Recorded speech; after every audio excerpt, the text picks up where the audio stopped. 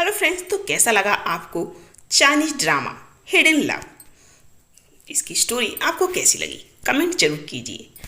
आज हम hidden love drama का दूसरा एपिसोड आपको सुनाने जा रहे हैं। जरूर सुनिए और वीडियो को लाइक और कमेंट जरूर कीजिए। एपिसोड की शुरुआत होती है।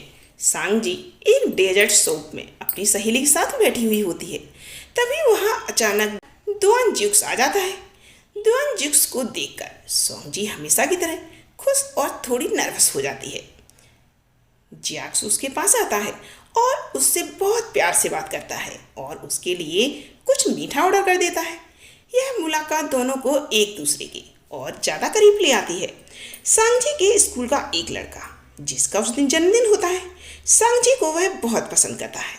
वह सबके सामने सांग जी को एक बहुत ही अजीब और थोड़ा अजीब व गरीब तरीके से प्रपोज कर देता है। सोंग जी इस स्थिति में बेहद असहज और परेशान हो जाती है क्योंकि वह उस लड़के को उस तरह से नहीं देखती जैसे वह देखता है। जब सोंग जी इस परेशानी में होती है तब जैक्स वहाँ आकर उसकी स्थिति को फिर से संभाल लेता है। जैक्स की बातें सुनकर सोंग जी मान जाती है और उसके साथ चलने के लिए वह तैयार हो जाती है। ठीक उसी समय वहाँ एक और लड़की घायल हो जाती है। जैक्स एक अच्छे इंसान की तरह उस घायल लड़की की मदद करने के लिए चला जाता है। यह देखकर सांग जी का दिल थोड़ा उदास हो जाता है। वह सोचने लगती है कि जैक्स तो हर किसी के साथ अच्छा व्यवहार करता है और सबकी अच्छी मदद करता है। इसका मतलब मैं उसके लिए कुछ खास नहीं हूँ। अगले दिन सांग जी की क्लास खत्म होने वाली होती है। उसका बड़ा भाई सोंगयोन उसे फ़ोन करता है और बताता है कि आज उसे लेने के लिए दुआन ज्यूक्स आ रहा है, इसीलिए वह गेट पर उसका इंतजार करे। सोंग जी ये सुनकर बहुत खुश हो जाती है। इसी बीच उसकी दोस्त जैगरू उसके पास आती है और उसे अपने साथ शॉपिंग पर चलने के लिए कहती है, जिससे सोंग जी का मूड और बेहतर हो जाता है। सोंगयोन अपनी बहन सोंग जी से कहता है कि उसने जो भी गड़बड़ की थी उसके बारे में वह माता पिता को कुछ नहीं बताएगा। सोंगयोन बताता है कि उसने सोंग जी के लिए आज का दिन खास बनाने के लिए छुट्टी भी ली है। वह सोंग जी को एक चॉकलेट का डिब्बा देता है। सोंग जी खुश होकर उसे खोलती है, खुद भी खाती है और आधी चॉकलेट अपने भाई सोंगयोन को भी खिलाती है। जब सोंग जी प्यार से पूछती है, क्या वह चॉकलेट तुमने मेरे लिए खरीदी है, तो सोंगयोन हंसते हुए कहता है, नहीं, यह तो जैक्स के लिए थी। इसके बाद दोनों भाई बहन के बीच हल्की फुल्की और प्यारी सी एक सुंदर सी नोकझोंक हो जाती है। सोंग जी को स्कूल के कुछ सीनियर लड़कियां बहुत परेशान कर रही होती हैं और उससे पैसे भी छीन लेती हैं। जब दुआंग ज्यूक्स को सोंग जी की इस परेशानी और तनाव का पता चलता है तो वह एक बड़े भाई की तरह उसकी मदद करने का फैसला कर लेता है। ज्यूक्स खुद उन लड़कियों से मिलने जाता है और उन्हें बेहद शांत लेकिन सख्त लहजे में चेतावनी दे देता है कि वह दोबारा सोंग जी के आसपास भी नजर न आए। वह सोंग जी को उन पुलिस से पूरी तरह से सुरक्षित करके बचाता है।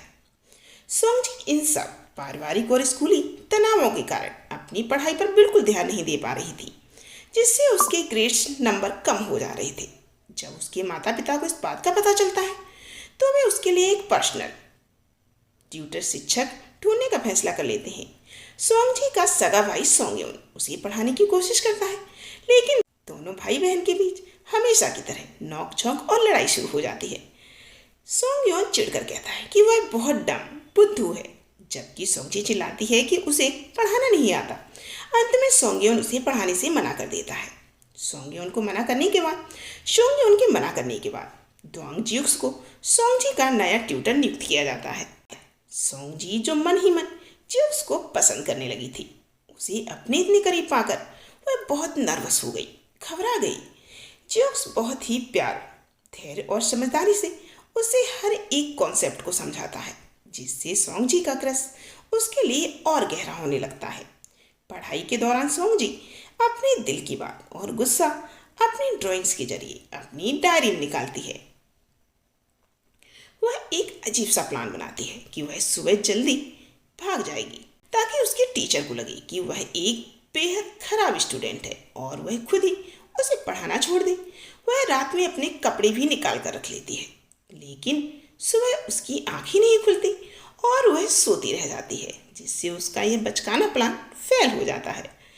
जैक्स अपने ऑफिस में काम कर रहा होता है, जहां उसे उसकी होम टाउन उन्हें नगर का एक पुराना परिचित मिल जाता है। वह परिचित जियोक्स को एक नए gaming project tale of adventure के बारे में बताता है। वह कहता है कि कंपनी अगले साल उसे इसके हेडक्वार्टर भेजने वाली है और वह जियोक्स को भी यह प्रोजेक्ट ज्वाइन करने का ऑफर दे देता है। जियोक्स कहता है कि इस बारे में वह सोच कर बताएगा। इसी दौरान जियोक्स के फ़ोन पर सोंगयोन का कॉल आ जाता है, जो उससे कहता है कि क्या वह सोंगजी को स्कूल से पिकअप कर लेने आ सकता है। जियोक्स मुस्कुराते हुए हाँ कह देता है और आज का एपिसोड यहीं पर समाप्त हो जाता है। क्या आप जानना चाहेंगे इनकी आगे की लव स्टोरी? अगर जानना चाहते हैं तो वीडियो को ज़्यादा से ज़्यादा लाइक कीजिए, कमेंट कीजिए और चैनल पर बने रहिए और चैनल को सब्सक्राइब जरूर कर लीजिएगा।